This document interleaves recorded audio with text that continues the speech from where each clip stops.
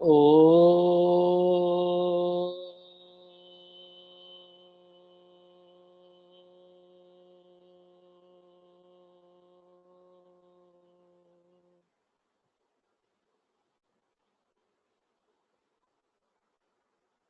નમો અરહંતાણં નમો સિદ્ધાણં નમો આયર્યાણં નમો વજ્રાયણં નમો લોય ત્રિકાળવર્તી સૌ સાહુણં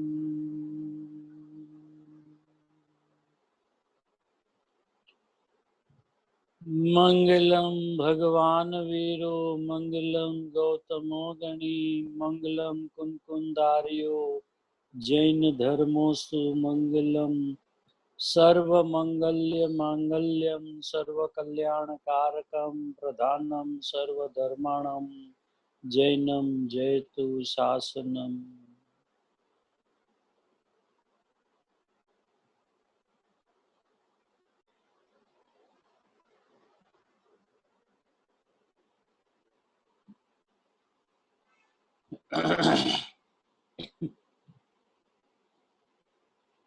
ત્રિલોકીનાથ સર્વજ્ઞ પરમાત્મા કે જેના કેવળ જ્ઞાનની અંદરમાં જગતના સર્વ પદાર્થો પોતપોતાના સ્વભાવ ભાવની અંદરમાં અનાદિ અનંત રહેલા છે અને દરેક પદાર્થ પોતામાં રહેલા પોતાના અનંત ગુણ પર્યાયોના ચક્રને ચુંબે છે, સ્પર્શે છે.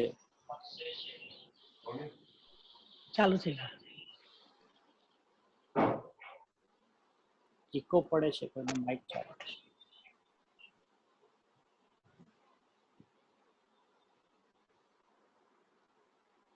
દરેક દ્રવ્ય પોતાના રહેલા અનંતા ગુણ પર્યાયોના ચક્રના સમૂહને ચુંબે છે, સ્પર્શે છે, તો પણ પરસ્પર એકબીજાને સ્પર્શતા નથી.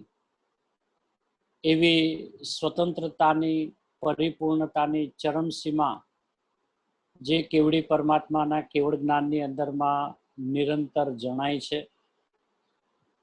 અને એ જ સમયે નીકળતી ઓમ ધ્વનિ એ વાણીની પણ એવી કોઈ અદ્ભુત સ્વતંત્રતા છે કે વાણીના કારણે સ્વપર પ્રકાશક એટલે કે સ્વપરને કહેવાની તાકાતવાળી એ વાણી છે. એ વાણી સ્વપરને બધાને બતાવે છે અને એ સમયે પ્રગટેલું કેવળ જ્ઞાન સ્વપર બધાને જાણે છે, પૂર્ણ રીતે જાણે છે, દરેકને ભિન્ન ભિન્ન રીતે જાણે છે, જેમ છે તેમ જાણે છે અને જેનું છે તેનું જ જાણે છે. આવું કેવળ જ્ઞાન સ્વરૂપી પરમાત્મા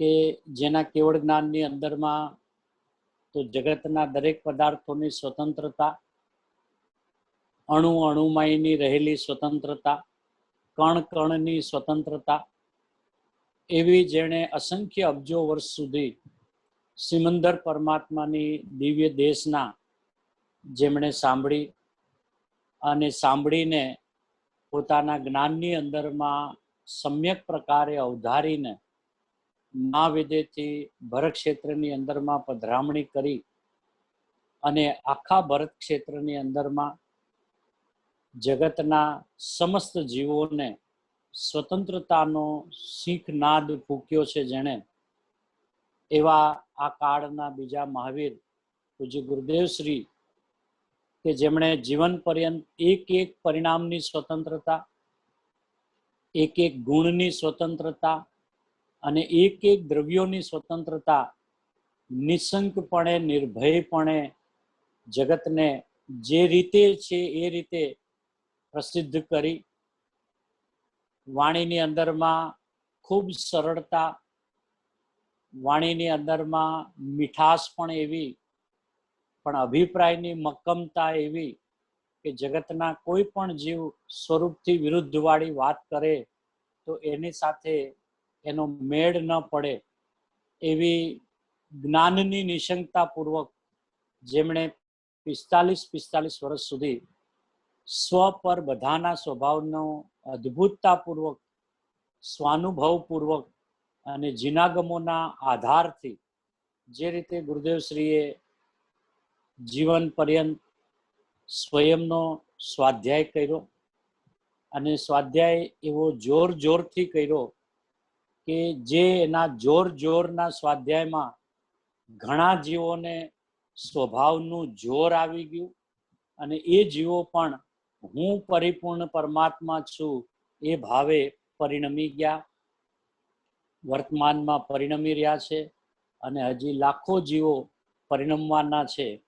એવી જેમની સ્વભાવને ઉદ્ધવ અને ઉગ્ર કરતી વાણી, અને એમાં પણ કુનકુંદ આચાર્ય ભગવાનનું સમયસારજી પરમાગમ કે જે આગમોનું પણ આગમ છે, ન્યાયોનો ન્યાયાધીશ છે, વર્તમાન કાળનું કલ્પવૃક્ષ છે, વર્તમાન કાળની કામધેનુ છે. ગુરુદેવે તો એટલા બધા સમયસારજી પરમાગમના વિશેષણો આપ્યા છે કે એ વિશેષણો આપતા ગુરુદેવ શ્રી થાકતા જ નથી. એટલો બધો ઉલ્લાસ અને એટલો બધો આદર, એટલું બધું સન્માન છે કુનકુંદ આચાર્ય ભગવાનના દરેક ગ્રંથોનું, પણ મુખ્યપણે એમાં સમયસારજી પરમાગમ ઉપર તો ગુરુદેવ એકદમ ન્યોછાવર છે. અને એ જ વર્તમાન કાળમાં સમસ્ત જીવોની જરૂરિયાત પણ છે કે સ્વભાવની તીખાસની દ્રષ્ટિ જો જોઈતી હોય તો પ્રભુ આ સમયસારજી પરમાગમમાં છે. અને એમાં અમૃતચંદ્ર આચાર્ય ભગવાનની અમૃતમય ટીકા, કે જે ટીકાની અંદરમાં એમણે સિદ્ધાંતો ઠાસીને ભર્યા છે, એવી આ સમયસારજી પરમાગમની ત્રીજી મંગલમય ગાથા ચાલે છે, કે જે ત્રીજી ગાથાની અંદરમાં એકલા સિદ્ધાંતો ભરીને મૂકી દીધા છે એક જ ગાથાની અંદરમાં. એ ન્યાયે આ સિદ્ધાંત શિરોમણી ગાથા છે, અને એ સિદ્ધાંત શિરોમણી ગાથા ઉપર પૂજ્ય ગુરુદેવ શ્રીનું 13 નંબરનું મંગલમય પ્રવચન, સમયસાર સિદ્ધિ ભાગ 1, પેજ નંબર 129.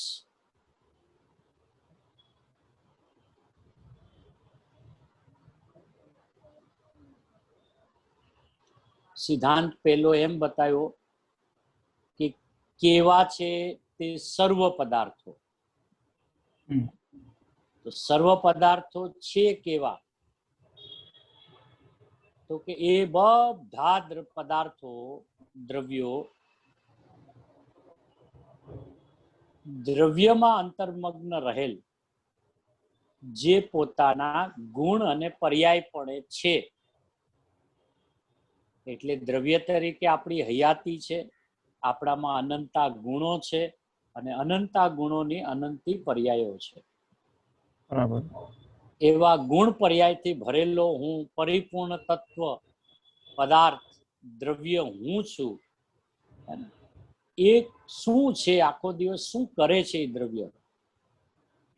એક તો દ્રવ્ય તરીકે બધાની સત્તા છે એક વાત, અને જે આવી સત્તાવાળા દરેક પદાર્થો જે છે એ આખો દિવસ શું કરે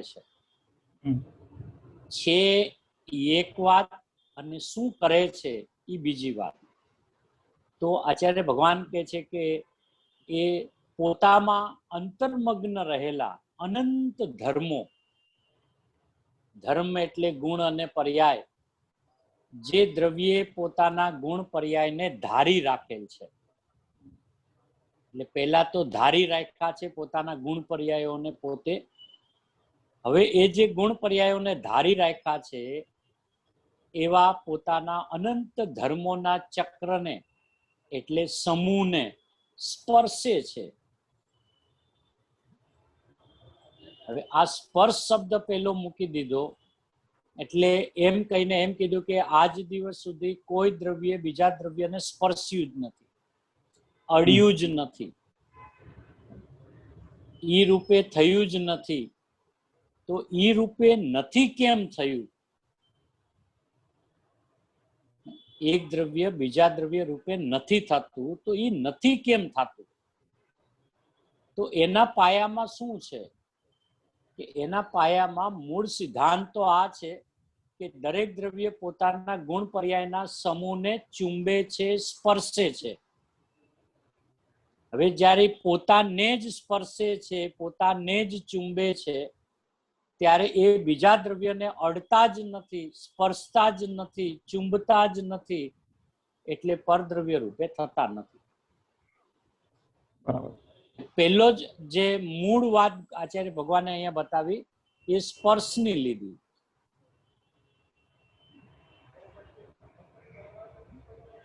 હવે સ્પર્શે છે પોતાને અને પોતામાં રહેલા પોતાના અનંતા ગુણ પર્યાયોને. તો પણ કોઈને એમ થાય કે મારામાં ઈ ન્યાય સ્પર્શ ગુણ તો આવી ગયો,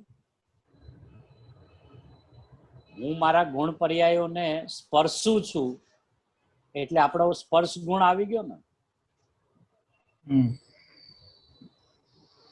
તો કે છે હવે જો હું મને સ્પર્શતો હોય ને હારે બીજાને સ્પર્શું તો શું વાંધો.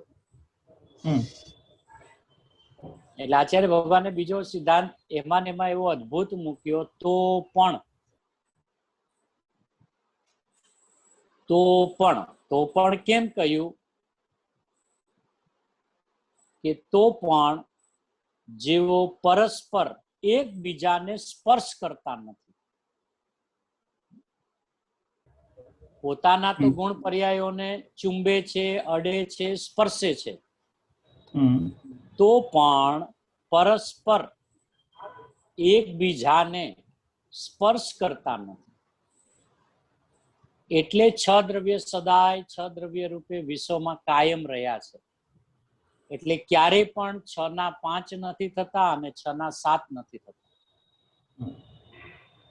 હવે એ શું બંધારણ છે, એ કયું બંધારણ એમાં કામ કરે છે, તો કે આ ગુણ પર્યાયોના ચક્રને ચુંબે છે, સ્પર્શે છે, તો પણ પરસ્પર એકબીજાને સ્પર્શ કરતા નથી. હવે સ્પર્શે તો ઈ રૂપે થાય, પણ સ્પર્શતા જ નથી એટલે અડતા જ નથી. એક પરમાણુ બીજા પરમાણુને અડતો નથી એટલે પરમાણુની પણ સ્વતંત્રતા. અનંત આત્માઓ જે રહેલા છે જગતની અંદરમાં, એમાં એક આત્મા બીજા આત્માને અડતો નથી, સ્પર્શતો નથી, એ આત્માની સ્વતંત્રતા. બરાબર.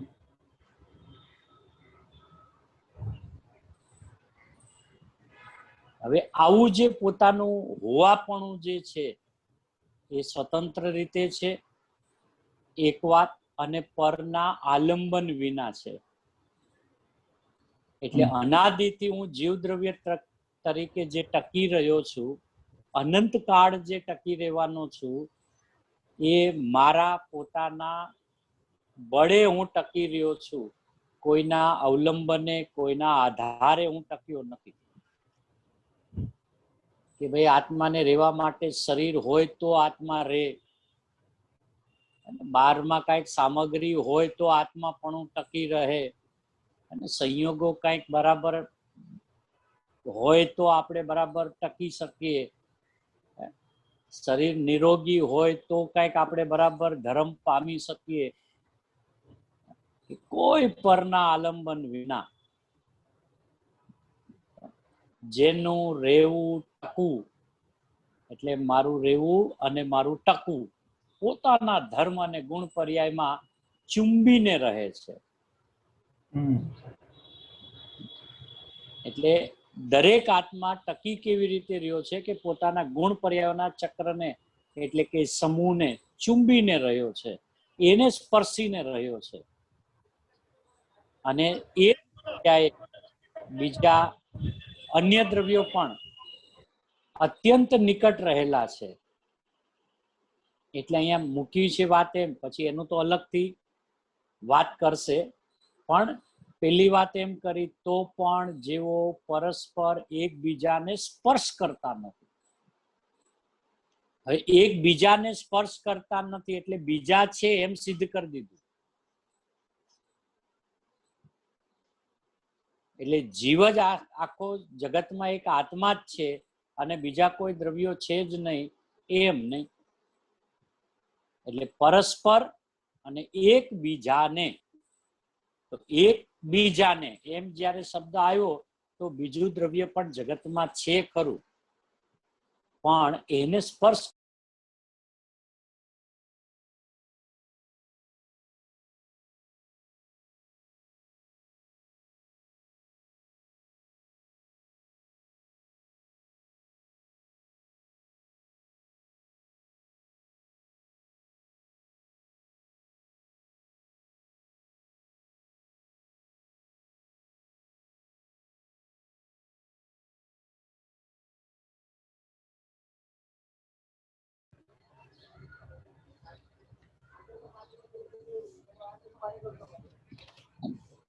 એટલે આ પેલા મા સિદ્ધાંતને ઘોડાવે છે, ઘૂંટાવે છે, અને એ કેવી રીતે કામ કરે છે દરેક દ્રવ્ય. હવે ગુરુદેવ એનું વધારે ઊંડાણથી વાત કરે છે કે પ્રભુ આ એક દ્રવ્ય બીજા દ્રવ્યની વાત તો ન કરી, પણ અહીંયા તો એટલી જ વાત કરી હજી તો કે પોતામાં રહેલા પોતાના ગુણ પર્યાયોના ચક્રને એટલે સમૂહને ચુંબે છે, તો પણ પરસ્પર એકબીજાને સ્પર્શ કરતા નથી.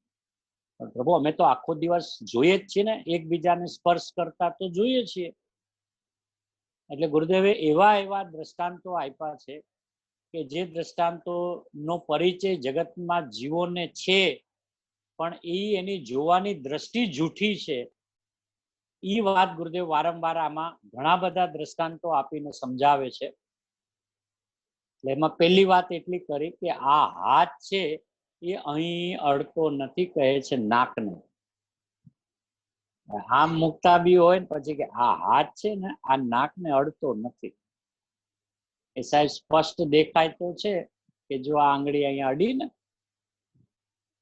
કે ના, કે કેમ નહીં, તો કે આંગળી આંગળીમાં રહી, નાક નાકમાં રહી. આંગળીનું અહીંયાથી ક્ષેત્રથી ક્ષેત્રાંતર થયું, અહીંયા આવ્યું, તો એ પોતાની ક્રિયાવર્તી શક્તિથી આમથી આમ થયું છે.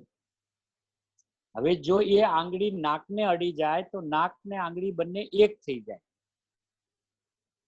એટલે આંગળી આમ લો તો નાક હારે આમ ના આવે. આ સિદ્ધાંત ગળે ઉતારવો કે જો અડી જાય તો શું થાય, કે અડી જાય તો આ આંગળી અહીંયાથી આમ જાય તો નાક પણ હારે આમ આવે, પણ આણે એનું ક્ષેત્ર છોડ્યું નથી. આંગળી એ એના ક્ષેત્રની અંદરમાં રહી છે, અને તો પણ પરસ્પર એકબીજાને સ્પર્શ કરતા નથી. છરી શાકને આમ કાપતા શાકને છરી અડતી જ નથી. સાહેબ છરી વગર શાક સુધારી દો. બાપુ એવું છે કે છરી જગતમાં જ્યારે છે જ, અને છરીનું પણ તે સમયનું તે પરિણમન છે જ, તો ન હોય એ તો પ્રશ્ન ક્યાં છે?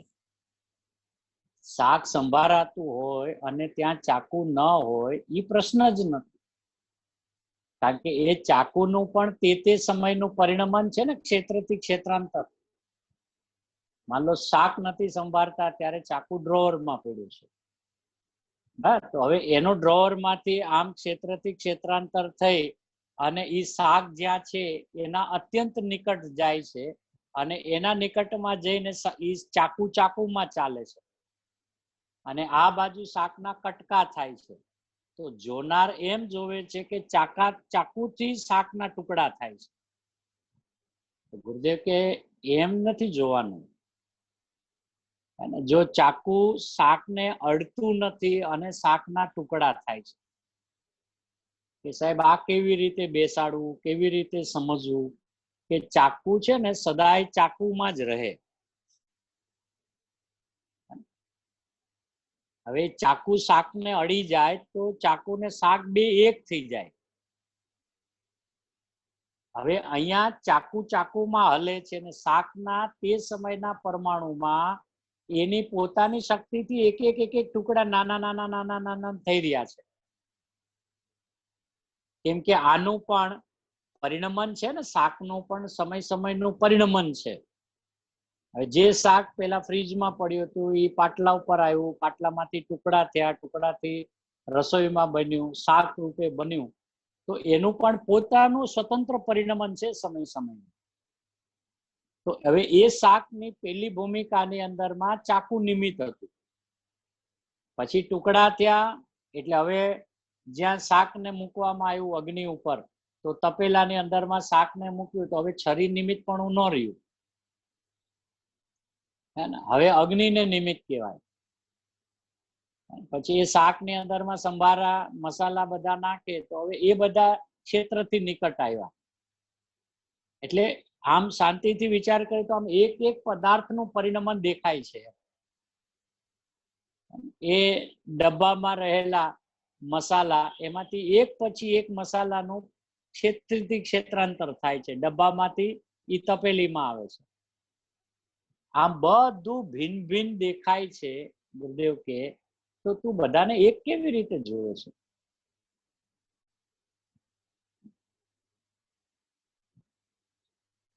એટલે એ શાક તો એના પરમાણુની એની પર્યાય, એક એક પરમાણુની પર્યાય તે કાળે થવાની તે પોતાથી થાય છે. છરી એને અડતીય નથી અને છરીથી કટકા થયા જ નથી. મુમુક્ષુ કે છે સાહેબ શાક પાટિયા ઉપર લાવીને મૂકે છે ને, કે પાટિયાને અડતું નથી શાક. કેમ કે પાટલો અને શાક કેમ બે તો તું જોવે છે. તો બે થઈ ગયા ને, તો બે છે તો બંને પોતપોતામાં રહ્યા ને. શાક શાકમાં રહ્યું ને પાટલો પાટલામાં રહ્યો. એ રોટલી જે છે એને વેલણું અડતું નથી. સાહેબ આપની વાત સાંભળવી બહુ કઠણ. એ પણ બાપુ તું જો ને, એક ગોયણું છે ને એક વેલણ છે. હવે વેલણ વેલણમાં ફરે છે અને ગોયણું ઈ સમય પોતાથી લાંબુ થાય છે, ગોળ થાય છે. આને એમ લાગે છે કે હું જેમ વેલણું ફેરવું ને એમ રોટલી બને છે. એટલે એમ થતું નથી. એ ગોયણાના પરમાણુ જે છે એ પોતાથી આમ ફેલાય છે, ત્યારે એમાં વેલણ જે છે એને નિમિત્ત કહેવાય. હવે નિમિત્તનો અર્થ જ એમ છે કે એ અકર્તા છે. એટલે વેલણે આજ દિવસ સુધી ગોયણાને અડ્યું નથી. ગુરુદેવ કે આમાં ઈ કહે છે કોઈ પણ દ્રવ્ય છે, હવે એને દ્રવ્ય છે એમ કહો એટલે દ્રવ્ય છે એટલે એ પોતામાં કાયમ રહેનારા, એમાં ગુણો પણ હોય અને એની પલટતી અવસ્થા પણ હોય. એવું હોવા છતાં પણ પોતાના ગુણ પર્યાયને ચુંબે, અડે, પણ બીજાના દ્રવ્ય ગુણ પર્યાયને અડતું નથી. ત્રણ કાળ ત્રણ લોકમાં વીછી આ શરીરને ડંખ મારતો નથી. સાહેબ પણ જોવામાં તો આવે છે કે વીછીના ડંખથી મરી ગયો. ભાઈ એવું છે કે શરીરના પરમાણુનું તે સમયે જે પરિણમન થાય છે અને એ સમયે આયુષ્ય કર્મનું જે પરિણમન થાય છે એ બધું જુદું જુદું છે. શરીરમાં ડંખ જે લાગે છે ને ત્યારે વીછીનો ડંખ હંમેશા વીછીમાં જ હોય. હવે અહીંયા શરીરના પરમાણુની અંદરમાં જ્યાં ડંખ લાગતો હોય ને એ ક્ષેત્ર ઉપર ઝેર ચડી જાય એમ જોવામાં આવે ને. એટલે જોવે શું કે આ વીછીનું ઝેર ચડી ગયું. તો કે વીછીનું ઝેર ચડ્યું નથી, એ શરીરના તે સમયના પરમાણુ ઝેર રૂપે પરિણમ્યા છે. હવે કેમ એમ? તો કે વીછી નિમિત્ત છે. નિમિત્ત છે એનો અર્થ શું થયો કે વીછીનું જે કાંઈ પરિણમન છે એ એનામાં હોય. એનું પરિણમન બીજા દ્રવ્યની અંદરમાં ન થાય, કારણ કે એ બીજા દ્રવ્યને અડે નહીં. એ તો અહીં લેવું છે ને, સ્પર્શતા નથી. પણ પરસ્પર એકબીજાને સ્પર્શતા નથી. તો જોવામાં એમ આવે છે કે વીછીએ ડંખ માર્યો, અહીંયા ઝેર ચડ્યું અને ક્ષેત્રાંતર થઈ ગયું, કે એમ છે નહીં. એ શરીરનું હલનચલન બંધ થઈ જવું, એ જ સમયે આત્માનું ત્યાંથી નીકળી જવું અને અહીંયા શરીર કાળું પડી જવું અથવા લીલું થઈ જાય, ઝેર ચડ્યું હોય તો, એ તો આ શરીરના પરમાણુની રચના છે. હવે આ વાતને અંદરમાં બેસાડવી, એક સિદ્ધાંત પણ અંદરમાં બેસે ને તો જીવનમાં શાંતિ થઈ જાય કે ઓહો, આવી સ્વતંત્રતા છે દરેક દ્રવ્યની, કે દરેક દ્રવ્યની આવી સ્વતંત્રતા છે. બધે કે આ તે શું કહે છે, બધે કે વસ્તુ સ્થિતિ જ એવી છે, એમાં કોઈ કરી તો નથી ને, છે એમ જાણી છે. સ્વપણે છે ને પરપણે નથી. હવે નથી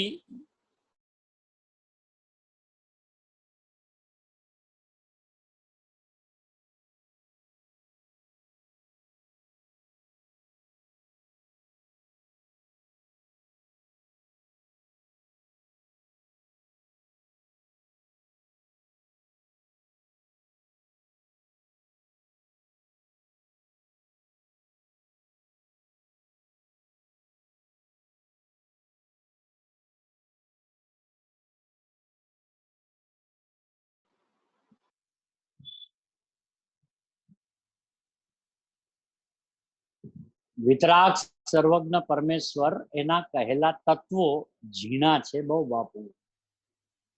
વાડામાં એટલે કે સંપ્રદાયમાં જન્મ્યા એને એની ખબર ન મળે. આ તો પરની દયા પાડો ને આ કરો. આ તો કહે છે કે પરને અડતો નથી ને દયા સી રીતે પાડે.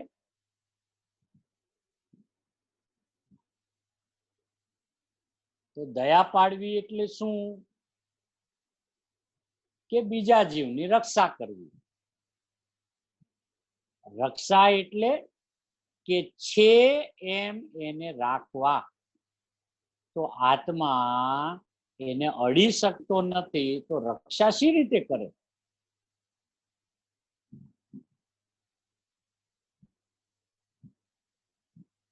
રક્ષા કરવાનો ભાવ હો, રક્ષા કરવાનો ભાવ હો, તો એ જે ભાવ છે એ તો જીવની પર્યાયમાં છે.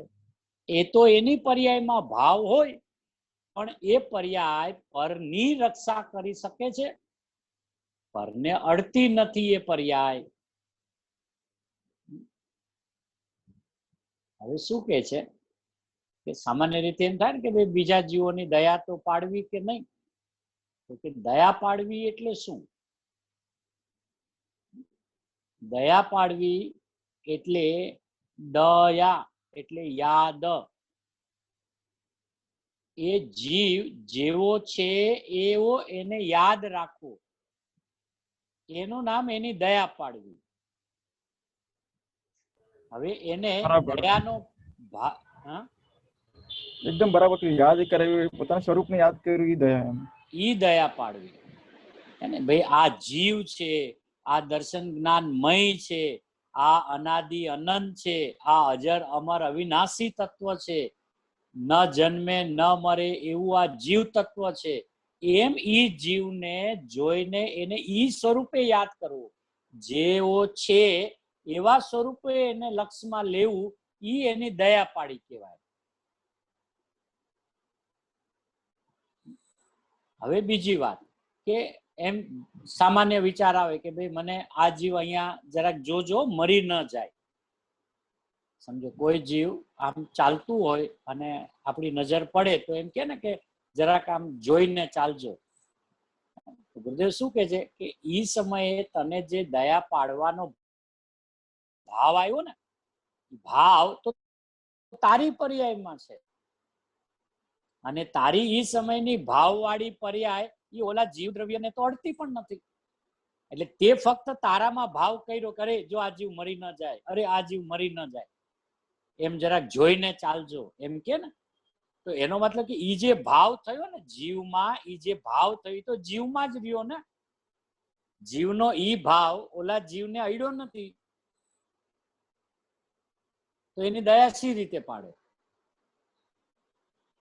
હવે જે હાથેથી અહીંયાથી અહીંયા મૂકવાનું થાય છે, જીવ એમ સમજે છે ને અહીંયા હાથ પગ નીચે આવતો મેં આમ હાથમાં લઈ અને આમ સાઈડ ઉપર મૂકી દીધો, અને એને દયા પાડી એમ સમજે છે. બરાબર. હવે એમાં શું ભૂલ થઈ ગઈ કે હાથ જેને ઉપાડ્યો ને એ તો હું છું જ નહીં. જે આ હાથ ઉપડ્યો, હાથની જે ક્રિયા થઈ ત્યાંથી અહીંયાથી આમ થયું, એ તો આ પૂતગલનું પરિણમન છે, મારું નથી. હવે આ હાથ પણ ઓલા જીવના શરીરને અડે નહીં, અને એ શરીર સામેવાળાના જીવનું એની પોતાની ક્રિયાવર્તી શક્તિથી અહીંયાથી આમ જાય છે, ત્યારે આ હાથને નિમિત્ત કહેવાય. અને એ સમયે જીવને જે વિકલ્પ આવ્યો દયા પાડવાનો ભાવ, એ તો જીવમાં રહ્યો, હાથમાં રહ્યો. ઓલો અહીંયાથી પોતાની સ્વતંત્રતાથી પોતાની ક્રિયાવર્તી શક્તિથી આ ક્ષેત્રથી આ ક્ષેત્ર ઉપર ગયો. આટલી બધી તો ભિન્નતા દેખાય છે. એક પરસ્પર એકબીજાને અડે નહીં, સ્પર્શે નહીં, એનો અર્થ શું?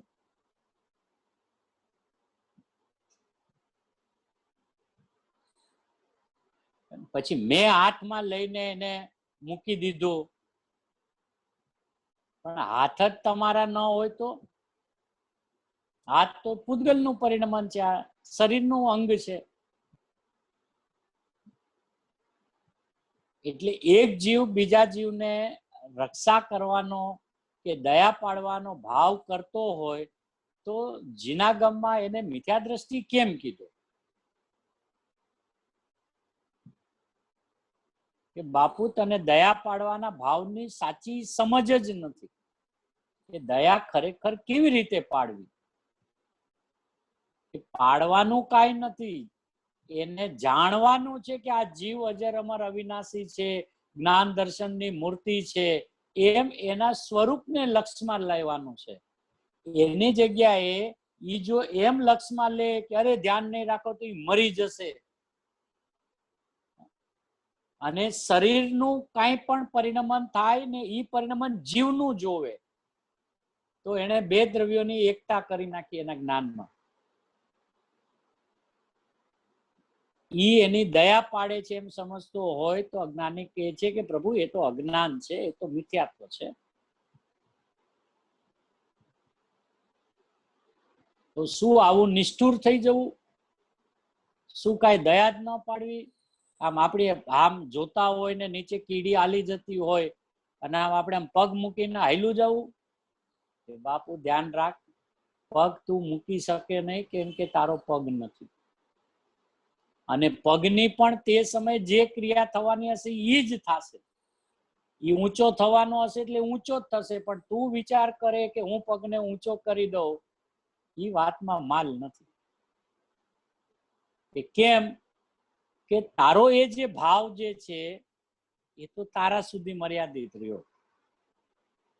એટલે બુદ્ધે કે તારી દયા પાડવાનો જે ભાવ છે, રક્ષા કરવાનો જે ભાવ છે, એ તો તારી પર્યાયમાં ભાવ હોય, પણ એ પર્યાય પરની રક્ષા કરી શકે છે? કેમ કે ના, કે કેમ કે પરને અડતી નથી. એ પર્યાય ભાવવાળી પર્યાય પરને અડતી નથી.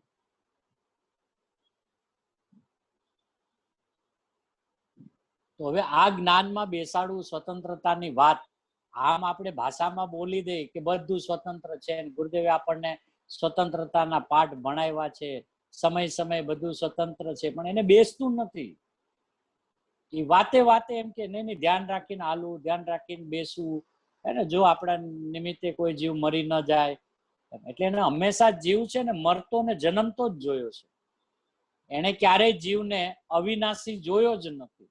એ જ્ઞાન દર્શન સ્વરૂપ છે એમ એને લક્ષમાં જ નથી આવતો. એ જીવની હિંસા છે.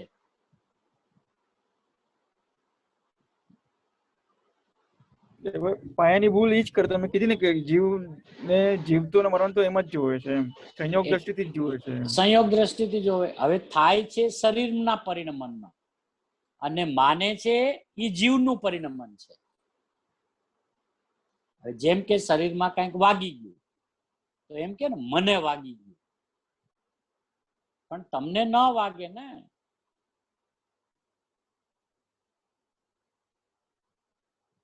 એ યાદ જ નથી રહેતું, કેમ કે જ્ઞાનને એ રીતે કોઈ દિવસ ઘૂંટ્યું જ નથી કે જો આ શરીર પડી ગયું, જો શરીરને અહીંયા વાગી ગયું, જો શરીરમાં 5% આવ્યા,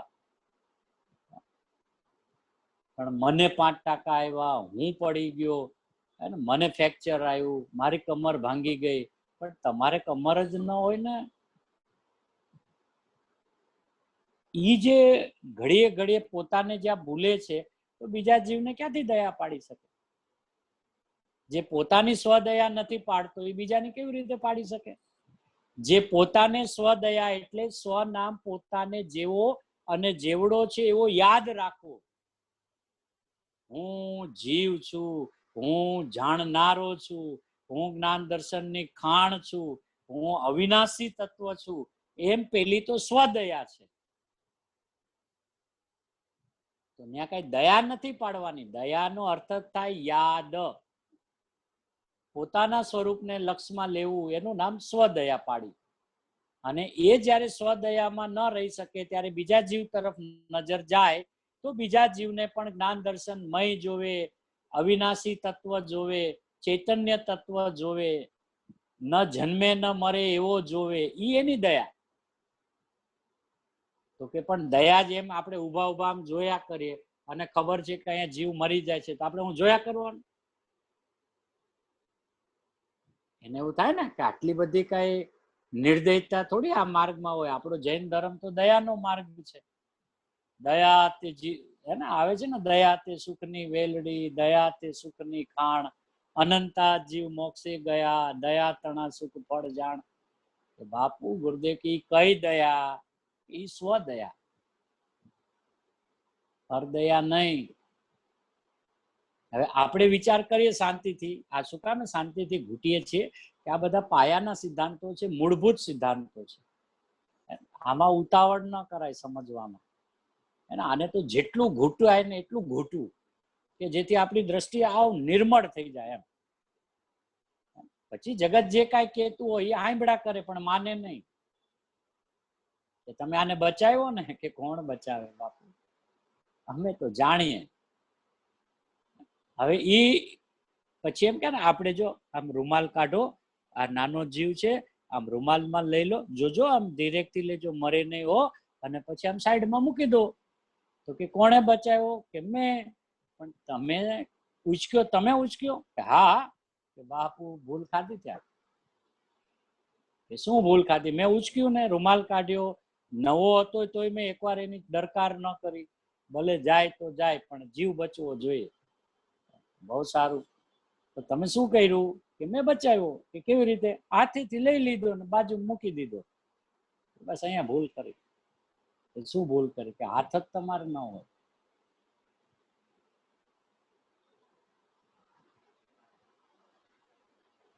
હવે એ રૂમાલનું ખીચામાંથી નીકળવું એ રૂમાલનું પરિણમન છે, અને એનું પોળું થવું એ રૂમાલનું પરિણમન છે.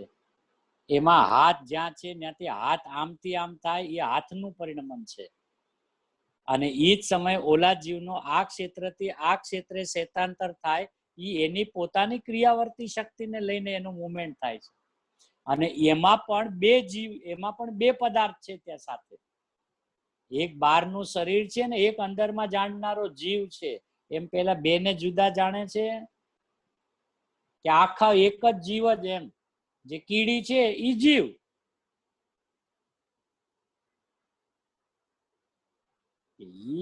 કીડી જીવ, એ કીડી જીવ નથી. અંદરમાં જ્ઞાનવાન છે એ જીવ છે ને કીડી છે એ શરીર છે. એમ બે ને જુદા ન જાણ્યા એને કહેવાય ભાવ હિંસા. આ જો આપણને પડે પડે લક્ષમાં ન હોય તો ઈ એમ સમજતો હોય કે હું દયા મેં કરી, દેખ કે મિથ્યાત્વ છે એમાં કે સાહેબ કોઈને બચાવવા નહીં અમારે, બચાવવા ન બચાવવાનો પ્રશ્ન ક્યાં છે? કેમ કે એક બાજુ એમ કે દરેક એના આયુષ્ય અનુસાર રહે, જયારે આયુષ્યથી વાત કરે તો હવે તે એને આયુષ્ય આપી દીધું કે એ બચી ગયો?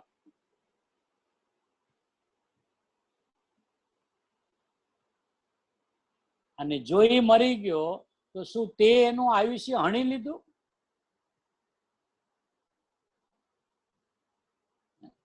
પ્રભુ વિચાર તો કર કે શું છે ખરેખર. એક બાજુ તું કર્મની પણ વાત કરે, એક બાજુ હું બચાવું એમ કે, એક બાજુ એમ કે જેનું આયુષ્ય હોય ત્યાં સુધી એનું કાંઈ વાળ વાંકો ન થાય, અને એક બાજુ એમ કે આયુષ્ય પૂરું થાય તો ગમે એવા ડોક્ટરોના ખડકલા કરી દો તો એક ક્ષણ પણ કોઈ વધારી ન શકે.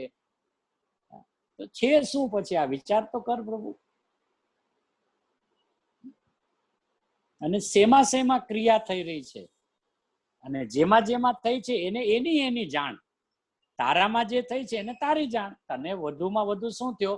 શુભનો ભાવ આવ્યો કે અરે આ જીવ બચી જવો જોઈએ. તો એ જે ભાવ થયો છે તો તારી પર્યાય સુધી જ રહ્યો ને, પણ એ ભાવ મને આવ્યો એટલે ઓલો ત્યાં બચી ગયો છે એમ તો છે જ ને. કેમ કે એ જીવની ઈ ભાવ વાળી પર્યાય પરદ્રવ્યને તો અડતી જ નથી. એ તો આ સિદ્ધાંત બતાવો છે તો પણ પરસ્પર એકબીજાને સ્પર્શતા નથી, અડતા નથી.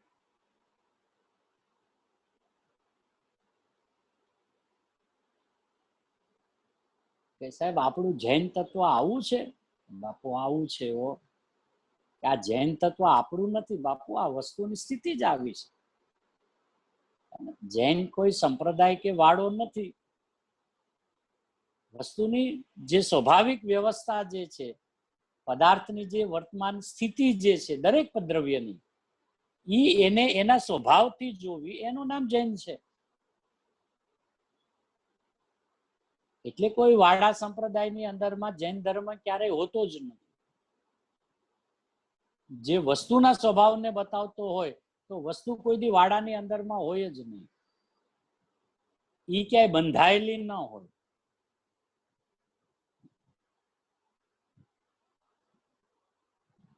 પણ આપણા જ્ઞાનને બેસાડવું પડે, એને અંદરમાં ઊંડાણમાં લઈ જવું પડે કે આ શું છે એમ.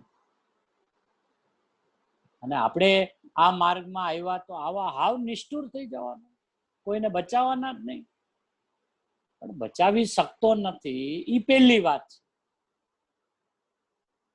એ સિદ્ધાંતિક વાત છે. હવે ફક્ત શું થયો છે, એ સમય ભાવ આવ્યો છે. એ ભાવ એની મર્યાદા આપણી પર્યાય સુધી જ છે. કારણ કે એ ભાવ જે આવ્યો ને પાછો બીજા સમય બીજો જ ભાવ હોય. પહેલા સમય ભાવ અરે આ જીવ બચી જાય, પણ બીજા સમય બીજો ભાવ, ત્રીજા સમય ત્રીજો ભાવ, ચોથા સમય અહીં તો ભાવોનું તો પરિવર્તન થઈ ગયું. હવે એ જે ભાવોનું પરિવર્તન થાય છે એ તો મારી પર્યાયની મર્યાદામાં છે. અને મારો આવું ઉત્પન્ન થયેલો ભાવ પરદ્રવ્યમાં કામ જ નથી કરતો. એવી સ્વભાવની દ્રષ્ટિ, એનું નામ છે સ્વતંત્રતાની દ્રષ્ટિ. આમ ખાલી વાણીમાં કહી દેવું કે બધું સ્વતંત્ર છે, અણુ અણુ સ્વતંત્ર છે, અને ગુરુદેવે આપણને સ્વતંત્રતાના પાઠ ભણાવ્યા છે કે વાત એકદમ સાચી છે, પણ બાપુ તને બેસે સ્વતંત્રતા કોને કહેવાય? આ બધા દ્રવ્યો જુદા જુદા છે, પણ તારી તો બળતરા જ આખો દી પરદ્રવ્ય ની હાલે છે ને, તો તને ક્યાં જુદા લાગે છે? એટલે સ્વતંત્રતાની વાત વાણીમાં સરળતાથી આવી અને ભાવની અંદરમાં બેસી જવી, એમાં જમીન આસમાન છે. ધર્મ કરીએ તો દયાના પરિણામ તો હોય કે નહીં, કે મારી જ નાખવાના, કે બાપુ મારી નાખવા જીવાડવાની પેલા તો વાત જ નહીં. કારણ કે જો તું જીવની વાત કરતો હોય તો જીવ ન મરે ન જન્મે, તું પછી મારવા બચાવવાનો પ્રશ્ન ક્યાં છે? હવે જે કાંઈ છે એ તે સમયના ભાવની રમત ચાલે છે. હવે ભાવ થાય છે એ જીવના પર્યાયની મર્યાદા છે. શરીરમાં જે કાંઈ પરિણમન થાય છે શરીરનું તે સમયનું પરિણમન છે. હાથ હલે છે એ હાથનું પરિણમન છે. ઓલા સામેવાળા પદાર્થનું અહીંયા હતી કીડી ને એ આ બાજુ કીડી મુકાણી, એ ગઈ ત્યાંથી, તો એ તો એની પોતાની ક્રિયાવર્તી શક્તિને લઈને ગઈ છે. તો કે સાહેબ આવું બધું ઘડીએ ઘડીએ કેવી રીતે બેસાડવું? બેસાડવું તો પડશે.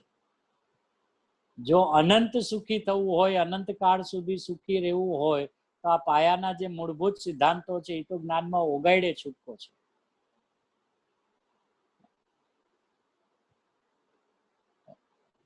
એટલે ગુરુદેવ શું કે દયા પાડવી એટલે શું? બીજા જીવની રક્ષા કરવી? ગુરુદેવ કે રક્ષા એટલે કે છે એને એમ રાખવા. રાખવાનો અર્થ એ જીવ છે તો એને જીવ તરીકે રાખ.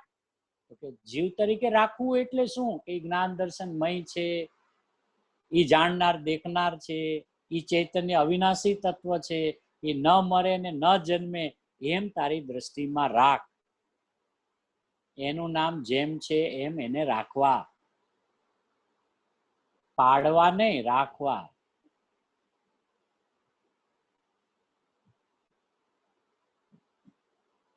પછી શું કે રક્ષા કરવાનો ભાવ હો એ તો એની પર્યાયમાં ભાવ હોય, પણ એ પર્યાય પરની રક્ષા કરી શકે છે? પરને અડતી નથી એ પર્યાય. આજે કાંઈ પણ જગતમાં ઘટના ઘટે માની લો, અને જીવ એના ભાવમાં રમતો હોય, અરે આ ખોટું થયું, અરે આ ખોટું થયું, આમ ન હોવું જોઈએ, આ, તો એને તો એ ભાવમાં જ આવ્યું ને. એને એનો ઈ ભાવ સામેવાળાના દ્રવ્યમાં કઈ કામ ન કરે. હવે ઈ એવા જે ભાવ કરે છે એનું અહીંયા એને ફળ છે. ઈ ફળમાં શું છે કે આકુળતા છે. સામેવાળા પદાર્થનું પરિણમન થઈ ગયું, ઈ જીવનું પરિણામ પણ થઈ ગયું. હવે હું વિચાર કર્યા કરું આમ ન થવું જોતું તું, આમ બરાબર ન થયું, આમ ન થયું. બાપુ એ તો તારો ભાવ છે, એમાં ઓલા પદાર્થનો શું ફરક પડ્યો? એ તો જેમ પરિણમવાનો હતો એમ જ પરિણમીને એ તો પરિણમીને નીકળી ગયો. તો ઈ ભાવને ઘોડવાથી મને નુકસાન શું થયું કે હું અતિન્દ્રિય આનંદના સ્વાદથી વંચિત રહી ગયો. મને જે મારો અતિન્દ્રિય આનંદ આવવો જોઈએ એનાથી હું વંચિત રહી ગયો, એ મારું નુકસાન થયું. પણ ન્યા મારા ભાવની ગમે એટલી કલ્પના કરું તો સામેવાળામાં કઈ ફરક પડી જાય એમ તો ત્રણ કાળમાં છે જ નહીં.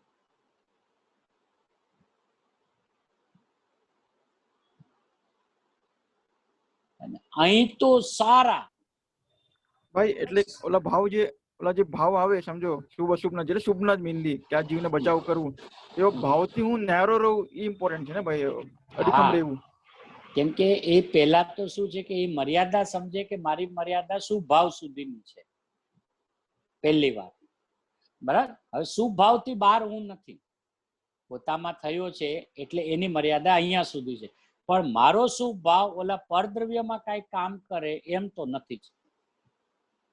બરાબર. હવે એક વાત, હવે આ શુભ ભાવ મને થયો છે, હું તો એ જ્ઞાનમાં છું,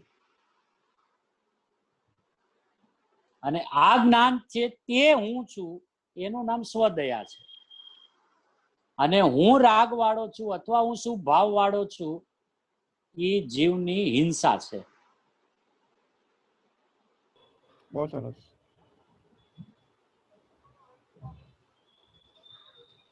જરાક લો આના પર જરાક, એટલે એ ભાવ આવી જાય ને ભાવનું બહારમાં કઈ નતું એક વાત છે, એ તો અલગ બેસી જાય છે, પણ એમાંથી પાછું આગળ કેવી રીતે વળવું સ્વમાં જ્ઞાનમાં, એ જરાક વધારે લો ને ભાઈ. એટલે એમ કે આ ભાવ જે શુભનો કે અશુભનો જે બી થયો, તો એ ભાવ થયા એ પહેલા તો જીવની હિંસા થઈ, એક વાત. હવે એ સમયે એ ભાવ ઉત્પન્ન કેમ થયા, એ હિંસા કેમ કીધી? કે હું વિતરાગ ભાવે ન રહ્યો, હું જાણન ભાવે ન રહ્યો, હું જાણનાર તરીકે ન રહ્યો, ત્યારે આ શુભાશુભના ભાવ ઉત્પન્ન થયા ને. એટલે શુભાશુભના ભાવ છે એ હિંસા છે, અને હું જ્ઞાયક છું, હું જાણનારો છું, એ સ્વદયા છે. એટલે ઓરિજિનલ સ્વદયા આ છે એકચ્યુઅલી. આમાંથી ખસ્યો તો બીજા બધા ભાવની રેલમ છે, તો ઓલી ભાવની ઉત્પત્તિ થઈ ને. અચ્છા, એક તો ઉત્પત્તિ થઈ ને પાછું ઈ ભાવને મેં મારા માયના, એટલે મિથ્યાત્વ કીધું ને. બરાબર છે. મિથ્યાત્વ શું કામે પેલી ભૂમિકામાં કીધું કે ભાઈ શુભાશુભ ભાવ થાય ઈ મિથ્યાત્વ, કે શુભાશુભ ભાવ થાય ઈ મિથ્યાત્વ નહીં. થયેલા શુભાશુભ છે ઈ મારા છે, ઈ માન્યતા જે છે ઈ મિથ્યાત્વ છે. બરાબર. કે એમાં શું મિથ્યાત્વ છે? શુભ ભાવ થયા છે, મેં મારી જાતને શુભ ભાવ વાળો માન્યો, એમાં શું મિથ્યાત્વ છે? એવો પ્રશ્ન થાય ને. બરાબર. બાપુ તને ખરેખર ત્યાં જોવા જાય તો તને શુભ ભાવ થયો જ નથી, તને તો જ્ઞાન ભાવ થયો છે. તને તો જાણવાનું પરિણમન થયું છે. ઈ જાણવાના પરિણમનમાં આ જાણનારો છે એ હું છું એમ જે ન રહ્યો, એમ જે ન જાણ્યું, ઈ ભાવ હિંસા છે. અને આ જાણનારી અવિનાશી તત્વ હું છું તો ઈ સ્વદયા છે. અને ઈ સ્વદયાથી અનંતા જીવો મોક્ષે ગયા. દયા તણા ફળ જાણ. અને સ્થાનકવાસીમાં બહુ આવે છે. પ્રતિક્રમણ પૂરું થાય ને એટલે છેલ્લે આ બધા ગાય. અમે બહુ ગાયા છે. દયા તે સુખની વેલડી ને દયા તે સુખની ખાણ, અનંતા જીવ મોક્ષે ગયા, દયા તણા ફળ જાણ. કે ગુરુદેવ કે કઈ દયા બાપુ? ઠાણા વાળી નહીં. આ એક ઠાણે થી ઉપાડીને બીજા ઠાણે મૂકી દીધી, ઈ દયા નહીં બાપુ.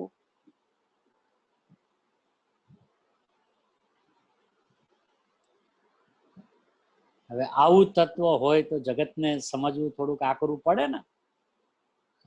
એટલે ગુરુદેવ કીધું વિતરાગ સર્વજ્ઞ પરમેશ્વર, એના કહેલા તત્વો ઝીણા છે બહુ બાપુ.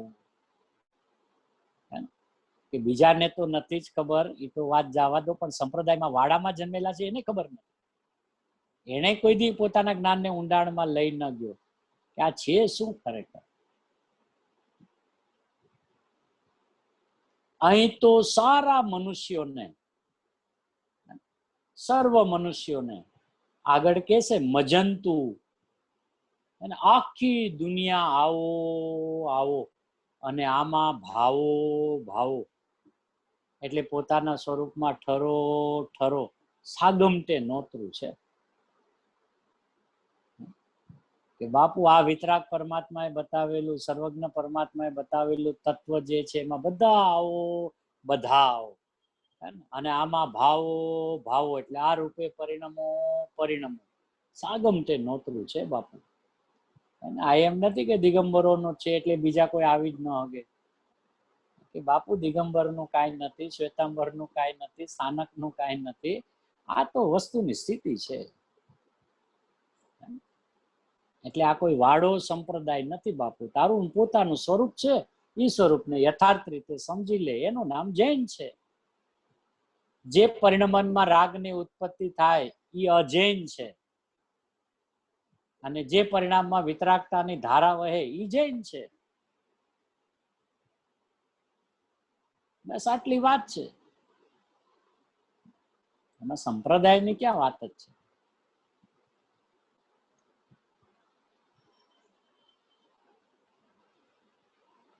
કહે છે કે જે તાવડીમાં જે રોટલી થાય એ રોટલી તાવડીને અડતી નથી, અને તાવડી રોટલીને અડતી નથી. તાવડી અગ્નિને અડતી નથી, અગ્નિ તાવડીને અડતી નથી. આવી વાત છે.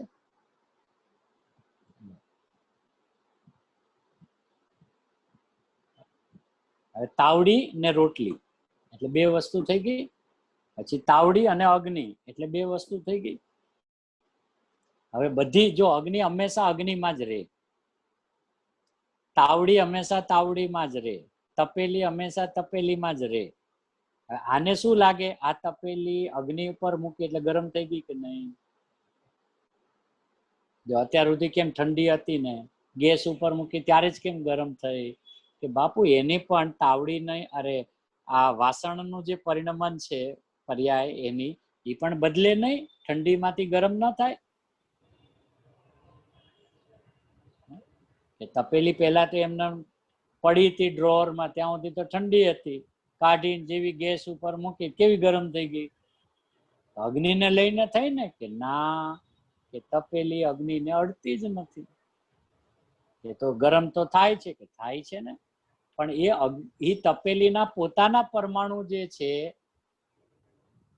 સ્પર્શવાળા, એ શીતળતાથી ઉષ્ણતા રૂપે પરિણમ્યા છે, ત્યારે અગ્નિને નિમિત્ત કહેવાની છે.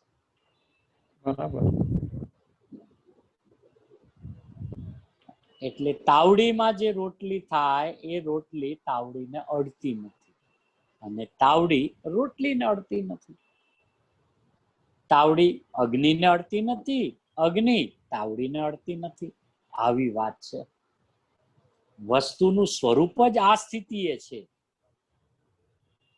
કે આ રીતે ન હોય તો ખીચડો થઈ જાય. ન આવ્યું પેલું, એકબીજામાં સંક્રમણ થઈ જાય અને કાં એકબીજા એક થઈ જાય વગેરે ગોઠવણ કરતા. એમ પેલું આવ્યું હતું ને, સર્વ શંકર દોષ આવી પડે એમ. બધે કે એવું 3 કાળમાં કોઈ દી ખીચડો થાય જ નહીં. એટલે આમ કોઈ દી થાય નહીં, તું જેવું જોવે છે એવું. ધન્ય પ્રભુ તાવડીને રોટલીને અગ્નિ અને બાઈ બનાવતી, બાઈ કે પુરુષ જે બી ત્યાં ઉભો છે, તને બધું આમ 4 જણા દેખાય તો છે, પછી વેલણ દેખાય તો 5 દેખાય, પાટલો દેખાય તો 6 દેખાય, ગોયણું તો હાથ દેખાય. આ તને 7 વસ્તુ આમ બધી એક જ ક્ષેત્રે દેખાય છે. તો બનાવનાર બાઈ કે પુરુષ ઈ એના ભાવમાં રમતો હોય, એની મર્યાદા એના ભાવ સુધી અંદરમાં જે હાલતું હોય. બસ શરીર હાલે છે, આ હાથ, આ શરીરનું પરિણમન છે. એ સમયે વેલણું હાલે છે, એ વેલણાનું પોતાનું પરિણમન છે. ગોયણું પોતાથી આમ પોળું થાય છે, એનું પરિણમન છે. પાટલો પાટલાના રૂપે ત્યાં રહેલો છે, એનું પરિણમન છે. અગ્નિ અગ્નિમાં રહી છે, તાવડી તાવડીમાં રહી છે. હવે રોટલીનું શું થાય છે કે જે ગોયણું હોય એ આમ પોળું થાય, તો એ ગોયણુંનું જ પરિણમન છે ને. અચ્છા, ઈ ગોયણા વાળું પરિણમન મોટું થયું એટલે આમ એનું ક્ષેત્રથી ક્ષેત્રાંતર થઈને તાવડી ઉપર ગયું. બા હવે તાવડીને રોટલી અડી નથી, કે કેવી રીતે અડતી નથી, કે જો અડી જાય ને તો રોટલી ઊંચી જ ન થાય, તાવડી સહિત જ ઊંચી થાય. તાવડી ઉપર રોટલી મૂકો ને પછી રોટલીને ફેરવે ને, ઊંધી ચતી કરે તો પછી એને ઊંધી ચતી કરે, તાવડી ઊંધી ચતી થવી જોઈએ ને, આરે અડી ગયા હોય તો. પણ એમ તો જોવામાં આવતું નથી. તો પછી ગુરુદેવ કે પ્રભુ તને બધું જુદું જુદું તો દેખાય છે, તું જુદું જુદું માનતો કેમ નથી? તું ખીચડો કેમ કરી નાખે છે? ખાતો નથી ખીચડો, કારણ કે ખીચડો થઈ જાય તો બધ્ય દ્રવ્ય એકબીજામાં કામ કરવા માંડે. તો આ બધા 7 છે ને, 7 જુદા દેખાય જ નહીં. અને રોટલી બનાવનારો જો રોટલી રૂપે થઈ જાય તો એનું અસ્તિત્વ જ ન રહ્યું, એ તો પોતે રોટલી બની ગઈ. હવે રોટલી બની, જે બની ગોયણું એનું, અને ઈ જો ત્યાં શેકવા માટે તાવડી ઉપર ગઈ અને રોટલી જો તાવડી રૂપે થઈ જાય તો રોટલીનું જ અસ્તિત્વ વયું ગયું. તાવડી જો અગ્નિ રૂપે થાય તો તાવડી પોતે જ અગ્નિ થઈ ગઈ, તો અગ્નિનું અસ્તિત્વ વયું ગયું. આમ કોઈ દિવસ ભિન્ન ભિન્ન દ્રષ્ટિ કરી જ નહીં. એમ બોલે કે બધું સ્વતંત્ર છે, પણ અંદરમાં સ્વતંત્રતા બેસવી જોઈએ ને.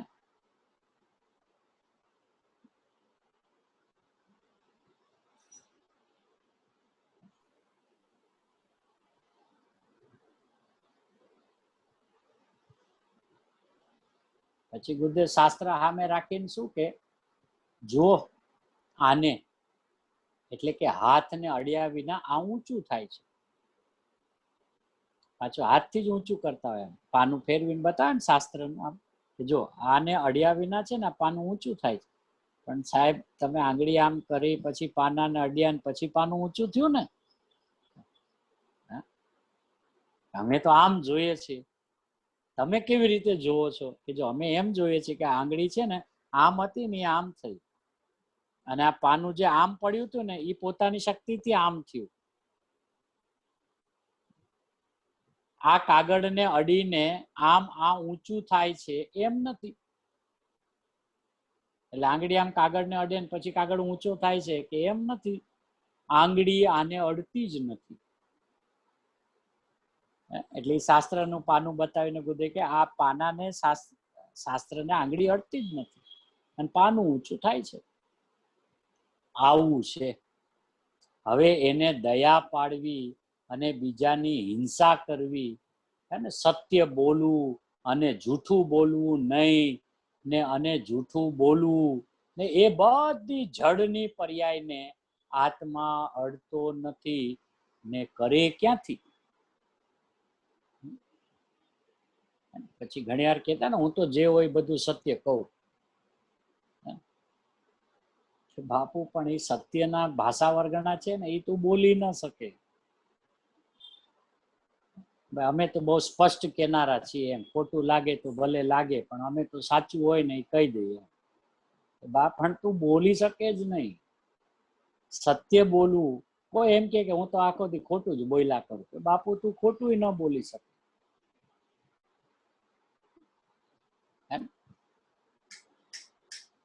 એ તો બધી જળની પર્યાય, એને આત્મા અડતો નથી ને કરે ક્યાંથી?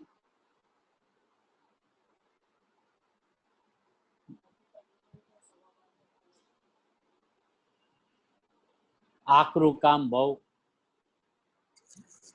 આ જીભ, આ હોઠ છે એ આ હોઠને અડતો નથી.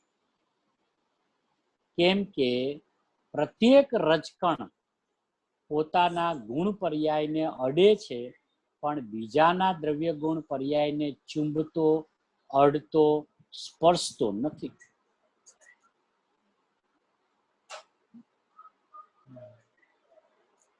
અવાજ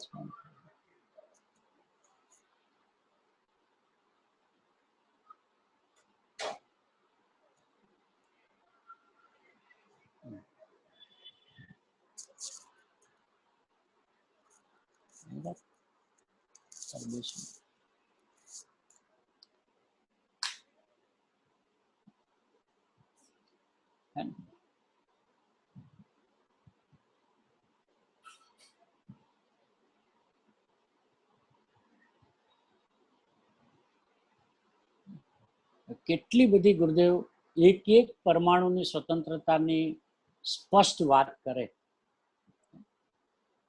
કે આ જીભ, આ હોઠ છે, આ હોઠને અડતો નથી. કેમ નથી સાહેબ અડતો?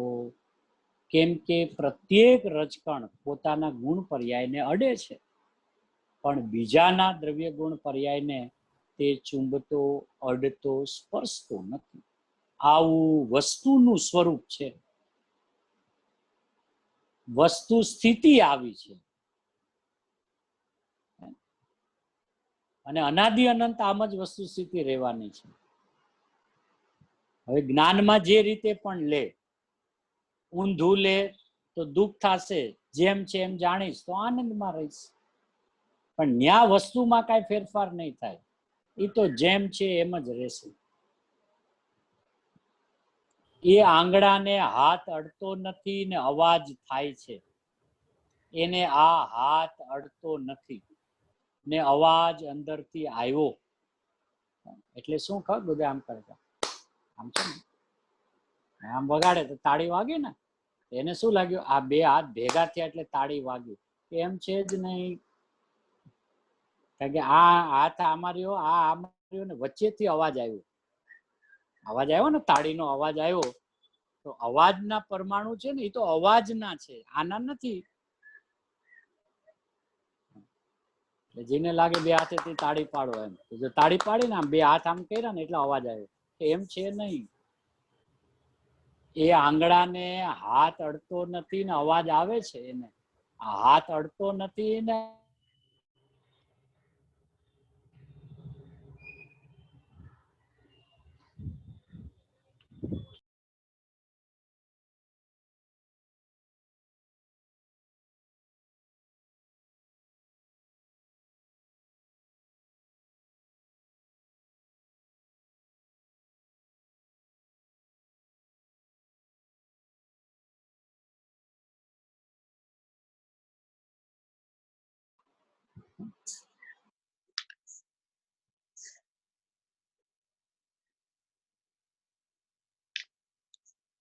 બરાબર, અવાજ અંદરથી આવ્યો, ત્યાં નહીં, ભાષાની પર્યાયની સ્વતંત્રતા.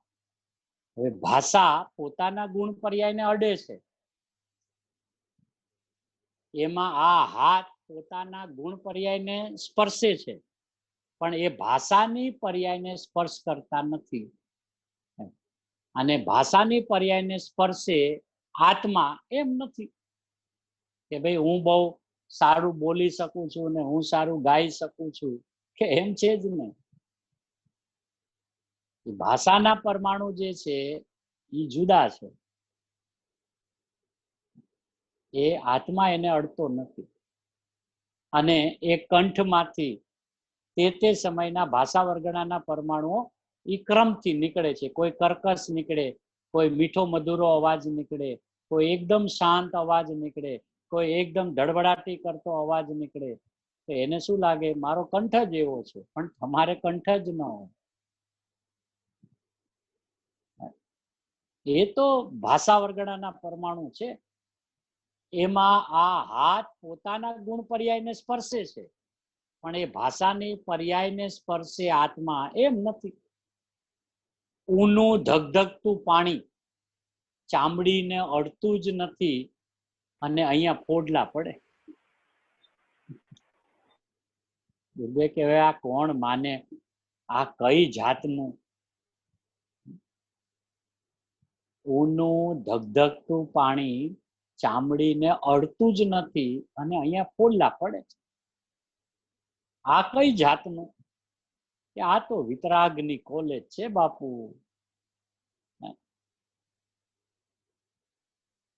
આને કહેવાય સ્વતંત્રતાનો ઢંઢેરો.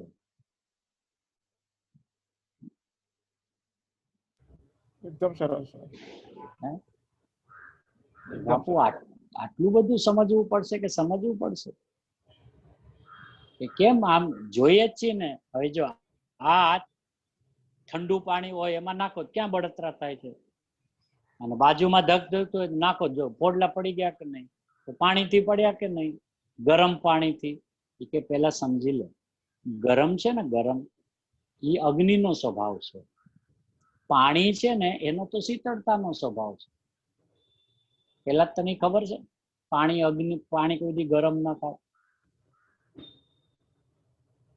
જો પાણી પોતે ગરમ થાય તો અગ્નિ શું કરે? એની ઉષ્ણતા તો પાણીએ લઈ લીધી ને. તો પછી પાણીની શીતળતા તો અગ્નિએ લેવી પડે ને. પરસ્પર એકબીજા વ્યવહાર તો સાચવવો પડે કે નહીં? હવે હંમેશા એમ જોવે કે ગેસ ઉપર ઠંડુ પાણી મૂકો તો ગરમ થાય, બરાબર, પણ ક્યારે એમ વિચાર ના કર્યો કે પાણીની શીતળતાનો સ્વભાવ છે, અગ્નિ ઠંડી કેમ નથી?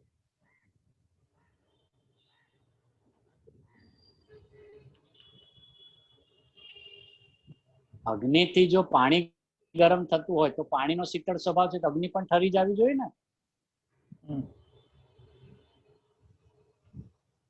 એમ કેમ નથી થતું? તો કોઈ બી વિચાર નથી કર્યો, પણ પાણી ગરમ થતું જોયું છે. બરાબર. પાણીનો સ્વભાવ ગરમ છે કે શીતળ છે? કે પાણીનો સ્વભાવ શીતળ. તો એનો ગુણ પણ ઓલામાં કામ કરવો જોઈએ ને. જેમ ઓલાનો ઉષ્ણતાનો ગુણ આમાં કામ કર્યો પાણીમાં, તો પાણીની શીતળતાનો આમાં કામ કરવો જોઈએ, તો ઓલું ઠરી જવું જોઈએ ને. ક્યારેક તો કામ કરવું જોઈએ ને. પણ કે 3 કાળમાં એમ નથી જોવામાં આવતું. એનો મતલબ જ એમ છે કે 3 કાળમાં અગ્નિ ઉષ્ણતા એની છોડી જ નથી, અને પાણી એની શીતળતા સ્વભાવને છોડ્યો નથી. પાણી પોતે સ્વયં શીતળથી ઉષ્ણ રૂપે પરિણમ્યું છે વર્તમાન પર્યાયમાં. અને ઈ સમય પણ એનો ત્રિકાળ શીતળ સ્વભાવ તો એવો ને એવો રહ્યો છે. આ વાત બહુ ઇમ્પોર્ટન્ટ છે ભાઈ. હા, એની વર્તમાન પર્યાયમાં જે પરિણમન થયું છે શીતળતાથી ઉષ્ણતા રૂપે, એ તો પરિણામનો સ્વભાવ છે પાણીનો. પણ એ પાણીનો મૂળ સ્વભાવ જે શીતળતાનો છે એ તો એમને રહ્યો છે.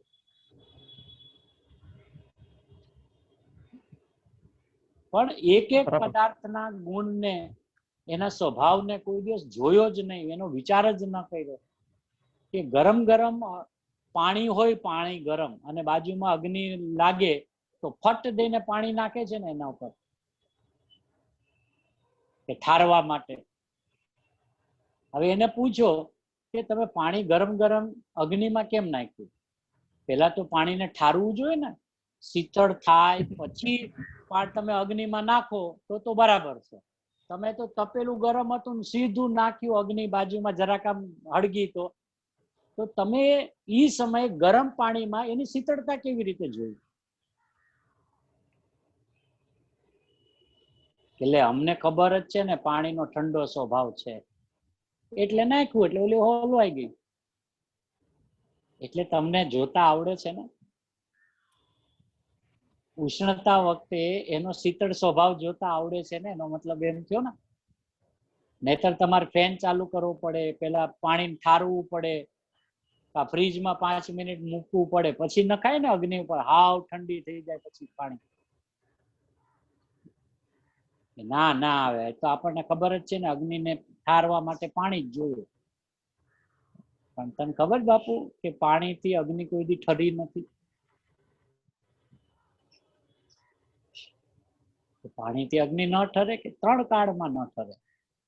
કે કેમ ન ઠરે? કે પાણીના પરમાણુ અગ્નિના ઉષ્ણતાના પરમાણુને અડતા જ નથી, અને અગ્નિ પોતાથી ઠરી છે. ત્યારે પાણી જે છે એને નિમિત્ત કહેવાય. જો અગ્નિ પાણીથી ઠરી જાય તો પાણીનો જે ગુણ છે શીતળતાનો, એ અગ્નિએ ગ્રહણ કરવો પડે. અને જો એ શીતળતાનો ગુણ ગ્રહણ કરી લે, તેની ઉષ્ણતાનો ગુણ ગાયબ થઈ ગયો. તો ઉષ્ણતાનો ગુણ એનો ત્રિકાળ છે, એ કોઈ દી ગાયબ ન થાય. એટલે જોવામાં એમ આવે કે આગ લાગે તો બંબા વાળા આવે ને પાણી નાખતા હોય, એટલે જોવે ને કે નાખો પાણી નાખો, ઠરી જાય છે. એનાથી ઠરતી નથી. પાણી નિમિત્ત છે. એ અગ્નિ તો પોતાના સ્વકાળે સ્વયં ઠરે છે.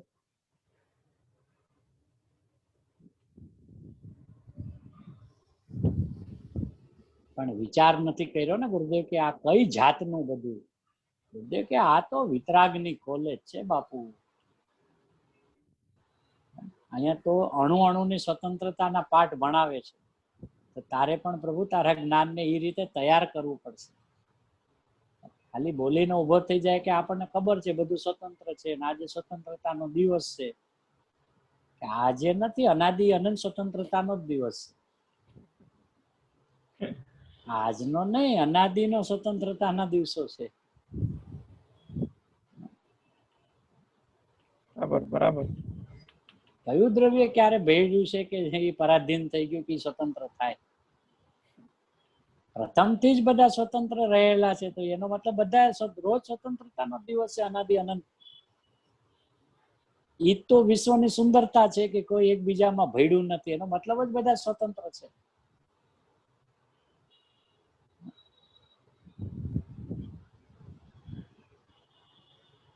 જીનેશ્વર દેવ, ત્રિલોકનાથ, સર્વજ્ઞ પરમાત્મા, એમણે જોયેલા પદાર્થો જે રીતે સ્વતંત્રપણે છે, એ રીતે તેમનું એટલે પ્રભુનું કથન છે. હવે અહીં થપ્પડ મારે આમ તો કહે છે આંગળી આને એટલે ગાલને અડતી નથી. કે કોણ કરે? કે અડતી નથી, આ અડતું નથી. આ કે શું વાત કરો સાહેબ? કોઈ લાફો મારે તો ટમાટી થઈ જાય છે, આંગળાના છાપ પડી જાય. બહુ સોફ્ટ સ્ક્રીન હોય કોઈની, અને એક લાફો મારે તો એમ 4 આંગળા ઉઠી આવે ને. અને અહીંયા પછી ઈ જ સમય કેમ દુખાવો થાય છે? બાપુ આંગળી છે ને ગાલને અડી નથી, અને અહીંયા છાપ પડી. તો ઈ કેવી રીતે તો પડી? કે આ ગાલના પરમાણુનું છે ને તે સમયનું પરિણમન અહીંયા ઈ રૂપે થયું છે. ઈ વાત બેસાડવી કેવી રીતે? લાફો મારે ગાલ અડે ન અડે આંગળી? જો અડી જાય ને તો લાફો માર્યા પછી આમ હાથ લે ને તો આખો ગાલ ખેંચીને બહાર આવે.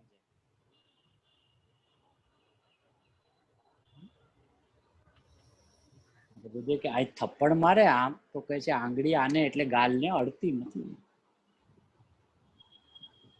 કેમ કે આ જુદા રજકણ ને આ જુદા રજકણ, આ રજકણો અહીંયા જે છે જુદા છે ને આ હાથના રજકણો છે જુદા છે. રજકણ જુદા છે. માટે કોઈ મારે અને એમ કહે કે હું તો તને અડતો નથી, એટલે કોઈ પાછું એને મસ્કરીમાં એમ કરી નાખે, એનો દુરુપયોગ કરે, એના માટે આ વાત નથી. અચ્છા તો હવે તો આપણને અડતા જ નથી તો મારવામાં હું વાંધો છે, એ માટે આ વાત નથી. સ્વચ્છંદતા માટે આ વાત નથી.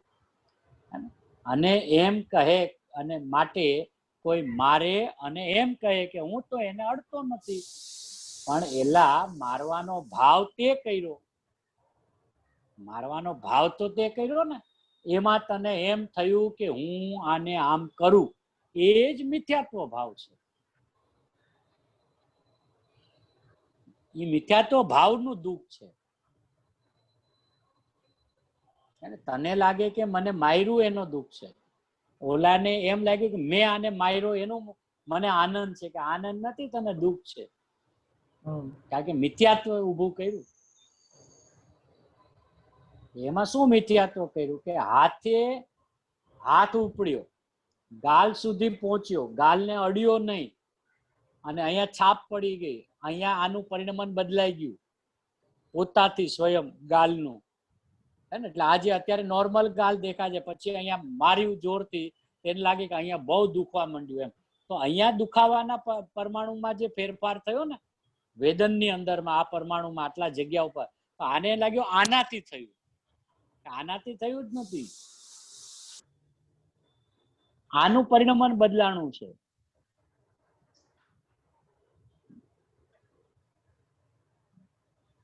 તો કે આમાં ઘટના શું ઘટી કે તે મિથ્યાત્વ ઊભું કર્યું, એનું તને દુઃખ છે.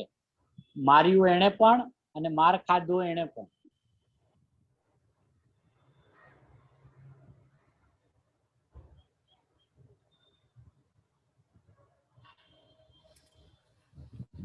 માર ખાધો દુઃખ થાય એનું શું? હે કે માર ખાધો હોય છે, ગાલમાં દુખતું હોય, એનું દુઃખ થતું હોય, આકુરતા થતું હોય, એનું શું એમ? એટલે એને ઈ ગાલના પરમાણુના પરિણમનને પોતાનું માન્યું, ઈ મિથ્યાત્વ. ત્યાં વેદન થયું છે, વેદનમાં આંતરો બી પડ્યો છે, એ બધું થયું છે કે ભાઈ ગાલ અત્યારે નોર્મલ અવસ્થામાં દેખાય છે ને એને, અને પછી કોઈ ફડાક દઈને લાફો મારે તો તમતમાટ થઈ જાય, સમજો અહીંયા. તો આ પરમાણુમાં જે એનું પરિણમન થયું ને, વેદનનું પણ પરિણમન થયું છે.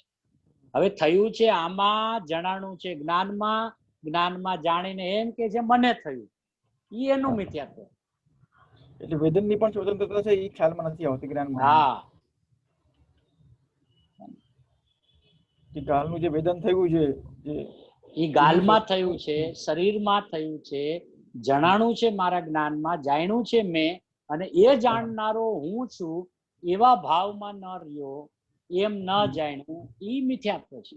અને ઈ મિથ્યાત્વનું દુઃખ છે. બરાબર. કઈ આવું ઘડે ઘડે થોડી કઈ યાદ કરવાનું હોય, કે કરવું પડશે બાપુ, છૂટવું હોય.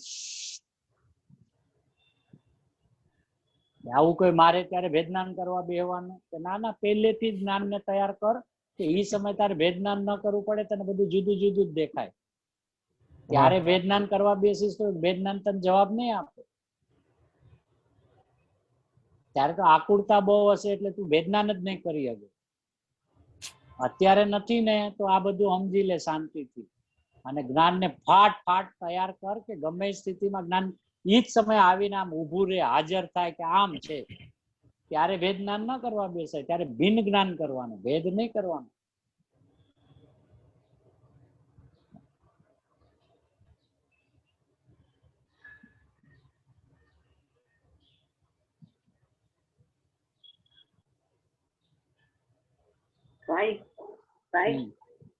જે ત્રીજી પાર્ટી જોતી હોય, પાર્ટી જે જોતી હોય એની શું ભૂલ થવાય? બાજુમાં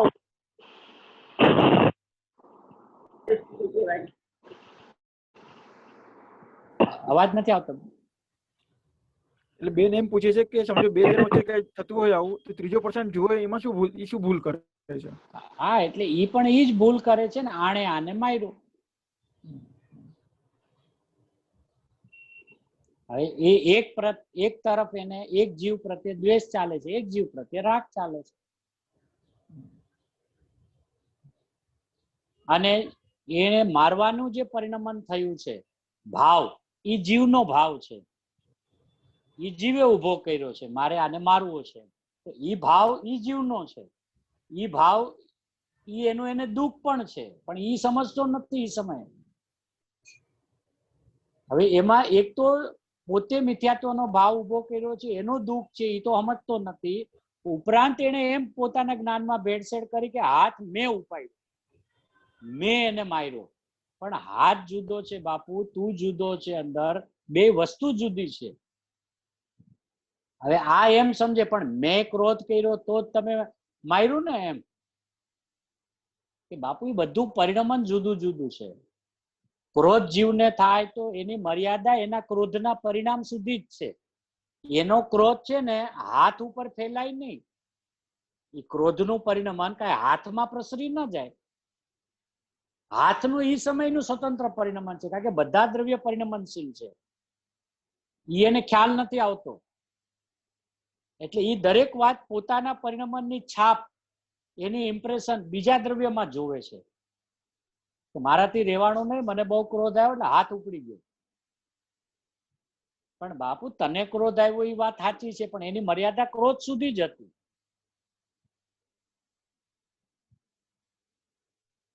પણ ક્રોધ કર્યો અને હાથ ઉપડ્યો અને ન્યા લાફા ઉપર ગાલને લાફો માર્યો એમ છે નહીં.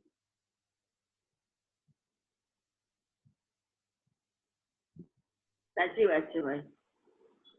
એટલે આ વાતને બેસાડવી અંદરમાં, હે ને, આપણા જ્ઞાનની કેટલી તીખાસ જોઈએ, કેટલી ગરજ જોઈએ, કેટલી ધગસ જોઈએ અને કેટલી ધીરજ જોઈએ, કે કેવી રીતે આખું પરિણમન બધા દ્રવ્યનું ભિન્ન ભિન્ન ચાલે છે.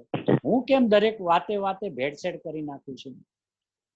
હવે ભેળસેળ તો મારા જ્ઞાનમાં હું કરું, પણ મારા જ્ઞાનના ભેળસેળની અસર કઈ બીજા દ્રવ્ય ઉપર ન થાય. એની અસર પણ મને જ થાય, કારણ કે મેં ભેળસેળ કરી તો મિથ્યાત્વનું દુઃખ મને થયું. શરીરને ખબર નથી કે જીવ એમાં શું વિચારે છે.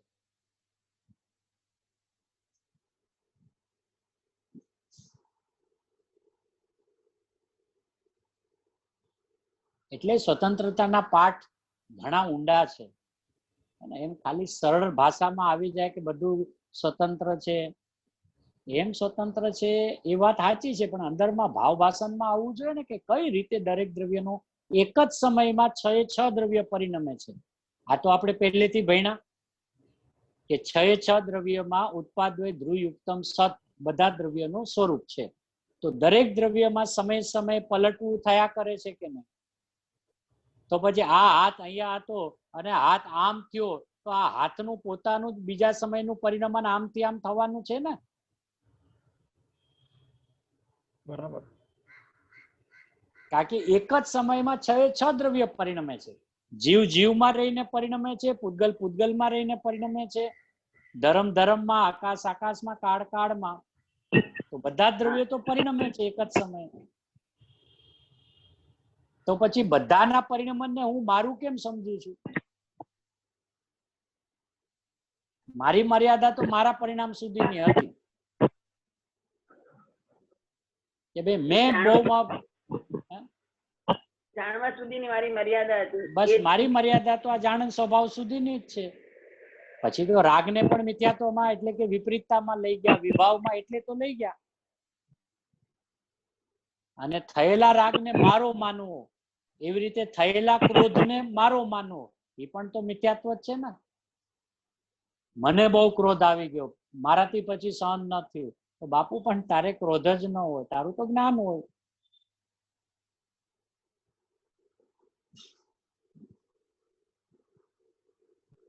બહુ સરસ ભાઈ. અને ત્યાં સુધી જ્ઞાનને જેમ છે તેમ બેસાડવું પડશે ને, સમજવું પડશે જ્ઞાનમાં. નહીતર આપણે હંમેશા એમ વિચાર કરીએ કે જયારે સ્વાધ્યાયમાં શાંતિથી બેઠા હોય ત્યારે તો બધું ગળે ઉતરે, પણ કાંઈક ઉથલ પાથલ થાય ને તો ભૂલી જાય તો ભૂલી હું કામ જાઉં છું? અને ત્યારે યાદ કરવા બેસે, મને ત્યારે કેમ યાદ નથી આવતું? પણ તમને ત્યારે યાદ નહીં આવે, કારણ કે અત્યારે લાઇટલી લઈ લીધું છે. અત્યારે ઇમ્પોર્ટન્સ નથી કે હા એ તો ખબર છે બધું દ્રવ્ય સ્વતંત્ર છે, કે એમ ના હાલે. અને ત્યારે તમને ભેદજ્ઞાન યાદ કેમ ના આવે? કે કઈ ભેદજ્ઞાન એવું પરાધીન નથી કે બીજા પરિણામમાં પદાર્થમાં ઘટના ઘટે ત્યારે જ્ઞાન જવાબ આપે તો એ જ્ઞાન સાચું, એવું જ્ઞાન પરાધીન નથી.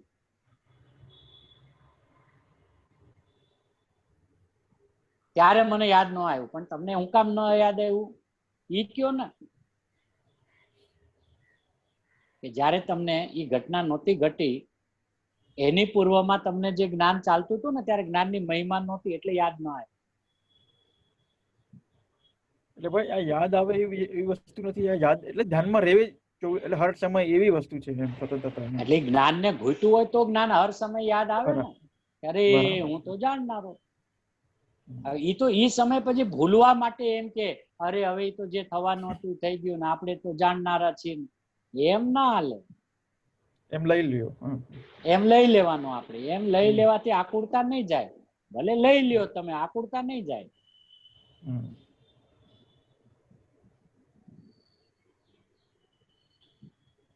એટલે અહીંયા તો પ્રસંગ બને કે ન બને, કહેવાનો આશય એમ છે કે જીવનમાં કોઈ ઘટના ઘટે કે ન ઘટે એને આધારિત મારું જ્ઞાન નથી કે ભાઈ અત્યારે જ્ઞાન ઘૂંટીએ છીએ પણ કાલે કઈક પ્રોબ્લેમ આવે તો કામ આવશે કે નહીં, તો એના માટે જ્ઞાન નથી. પ્રોબ્લેમ આવે ત્યારે યાદ આવે તો મારું જ્ઞાન, એવું જ્ઞાન પરાધીન નથી. જ્ઞાન તો મારું મારાથી છે, સ્વયં છે. જગતમાં કોઈ ઘટના ઘટો કે ન ઘટો, કાલે કોઈનું જીવન બહુ શાંતિથી પસાર થતું હોય, એને કોઈ આવી ઉપાધિ ન હોય એટલે આવા પ્રસંગ ન બનતા હોય, ન મારામારીના, ન અપશબ્દોના, ન બીજા કોઈ ગેરવર્તનના. તો એને એને એને એને જ્ઞાનની કસોટી ક્યાં કરવી? આવું તો એને કઈ બન્યું જ નથી એના જીવનમાં. એવું જ્ઞાન આપણું પરાધીન નથી ને કે કાંઈક ઘટના ઘટે તો જ્ઞાન સાચું. અને ઘણા જીવોને એવી ઊંધાઈ હોય કે ઈ તો છે ને જીવનમાં આકરા પ્રસંગ આવે ને ત્યારે જ્ઞાનની ખરી કસોટી છે, એમ ન બોલવું કોઈ દી. એટલે મારી જ્ઞાનની કસોટી ઓલો ઉદય ભાવ કરશે એમ. એને ઇનડાયરેક્ટલી શું કેવું છે કે કર્મની કોઈ થપાટ પડે, શરીરમાં કોઈ આકરો રોગ આવી જાય ત્યારે આપણું જ્ઞાન કામ કરે, ત્યારે આપણી પરીક્ષા છે. અરે પ્રભુ આ શું કે છે? તારા જ્ઞાનની પરીક્ષા જડ લેશે. એ ઉદય ભાવ તારા જ્ઞાનની પરીક્ષા કરશે. એટલે ઈ તારો શું કહેવાય શિક્ષક ઈ એમ. એવું ના ઘૂંટવાનું પ્રભુ ક્યારે બી કે મારા જ્ઞાનની કસોટી તો હું જ કરું.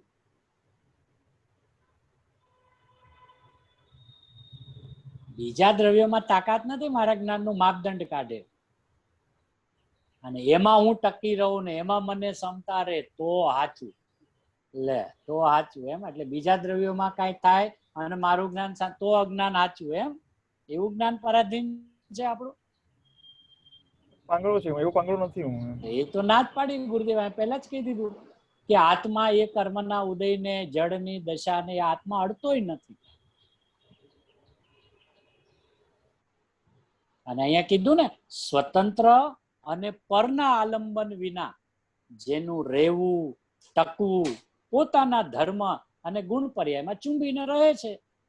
હજી ઉદય ભાવની સ્થિતિ જે બી હો, પણ મારું જ્ઞાન એને આધીન નથી. ઈ ઉદયમાં કાંઈક આવે ત્યારે મારા જ્ઞાનની કસોટી છે એમ છે જ નહીં. એ તો જ્ઞાનની પરાધીનતા છે. અને એ સમય જ્ઞાન જવાબ નહીં જ આપે. જેને આવી રીતે ઘૂંટ્યું હોય ને પહેલેથી, કાંઈક તકલીફ આવે ત્યારે જ્ઞાન જવાબ આપે ને આપણે ક્ષમતામાં રહે તો સાચું જ્ઞાન, તો આપણે સ્વાધ્યાય કર્યું એ સાચું. કે ધૂળમાં તમે જવાબ નહીં આપે. જા જ્ઞાન કે મને પરાધીન પહેલેથી બનાવી દીધો અને મારી કસોટી ઓલા પૂતગલો કરશે એમ, જડ કરશે. જેને કાંઈ ખબર નથી પોતે કોણ છે એને હું જાણું, મારી કસોટી ઈ કરશે. તો પછી આ ગુરુદેવ કહે છે કે સ્વતંત્ર છે, પરના આલંબન વિના છે, એનું શું થાય? મારે કોઈની હારે કાંઈ સંબંધ નથી. પરિસ્થિતિ જે ભજાતી હોય ભજાવ, શરીરમાં રોગ આવતો હોય તો આવ, કર્મના ઉદયની જે સ્થિતિ હોય હો, મારું જ્ઞાન એને આધીન નથી. એ કોઈ મારા કસોટી કરનારા છે નહીં. મારી નબળાઈ હોય, હું ન રહી શકું, એ મારો દોષ છે એમ તો લે કમસે કમ.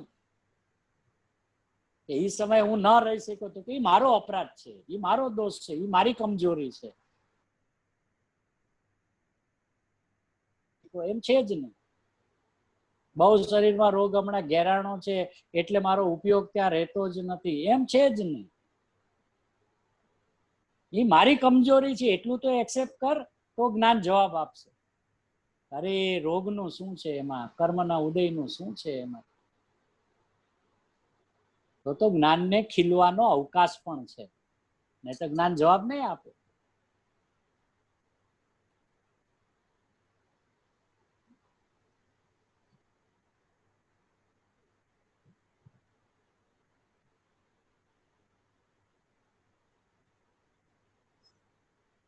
અને એક દ્રવ્યની પર્યાય વર્તમાન દશા બીજા દ્રવ્યની પર્યાયને 3 કાળમાં અડતી નથી, સ્પર્શતી નથી, ચુંબતી નથી.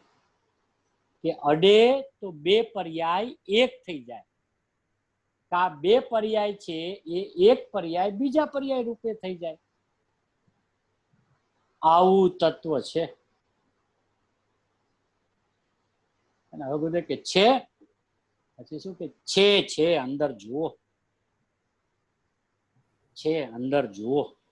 ઓલા બધે કે છે અંદર જુઓ, ઓલા શાસ્ત્ર સામે જોવા માંડે, ક્યાં લખ્યું છે? હા અહીંયા છે સાહેબ.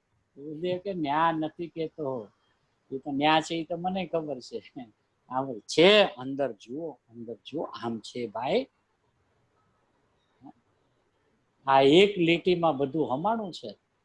સર્વ પદાર્થો એમાં આવ્યું ને. જયારે સર્વ પદાર્થ શું કામે લીધા? આચાર્ય ભગવાન કે સમજીને લીધા છે.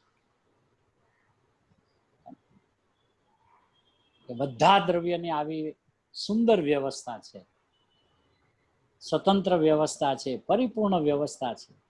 પછી ભલે એમ પણ કે છે આગળ જઈને કે પોતામાં અવિકારી કે વિકારી, ભલે પરિસ્થિતિ મારી જે બી પરિણામની હો, પણ અવિકારના કાળે પણ હું તો મારા મને પોતાને જ ચૂંબું છું, પરદ્રવ્યને ચૂંબતો જ નથી.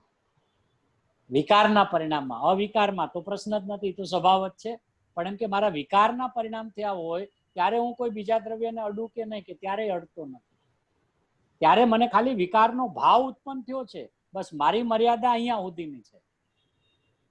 પણ ઈ ભાવને અડું છું ને સ્પર્શું છું, પણ ઈ સમય શરીરને, સંયોગને, પદાર્થને કોઈને અડતોય નથી ને સ્પર્શતોય નથી.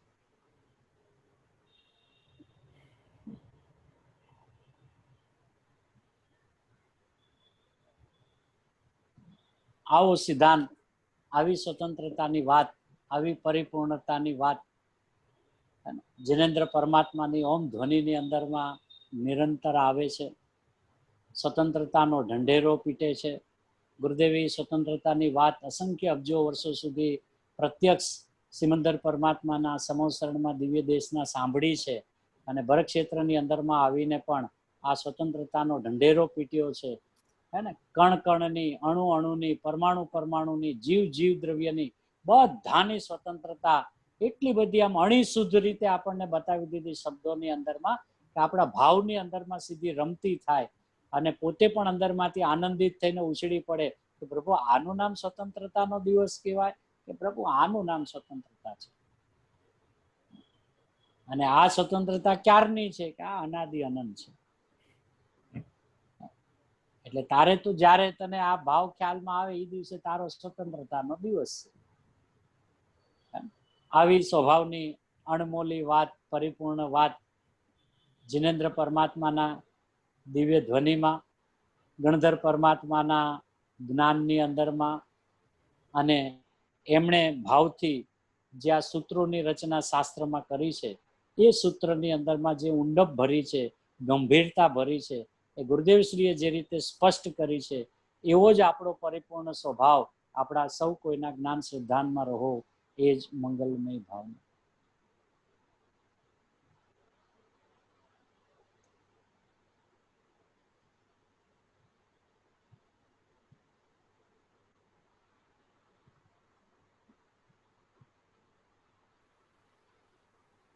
છે કોઈને કઈ પ્રશ્ન કે કઈ?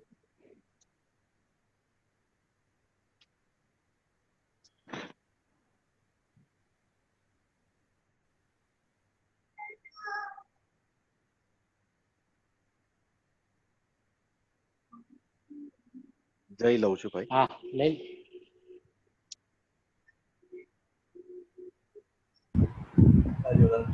સ્વતંત્રતાનો ઢંઢેરો પીટી સમાધિની સ્વતંત્રતા દ્વારા નાનનો સ્વતંત્ર સ્વયંવર રચી લઈ સિદ્ધત્વને પ્રાપ્ત એવા સર્વસિદ્ધ પરમાત્માનો જય હો.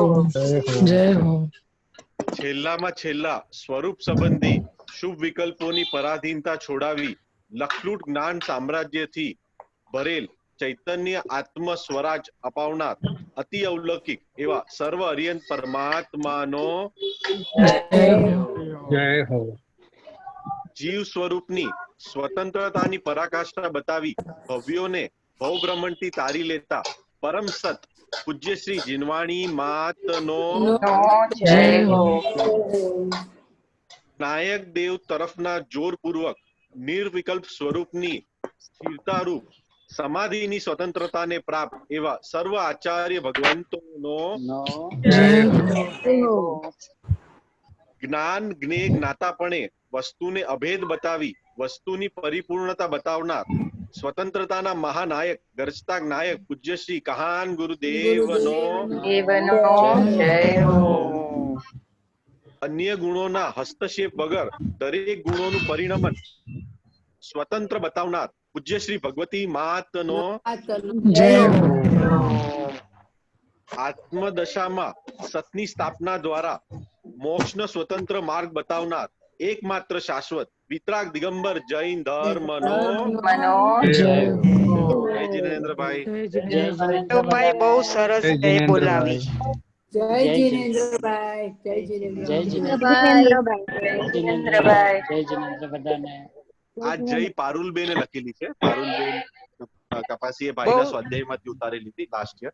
એમને બહુ સરસ છે. જય જીનેન્દ્રભાઈ.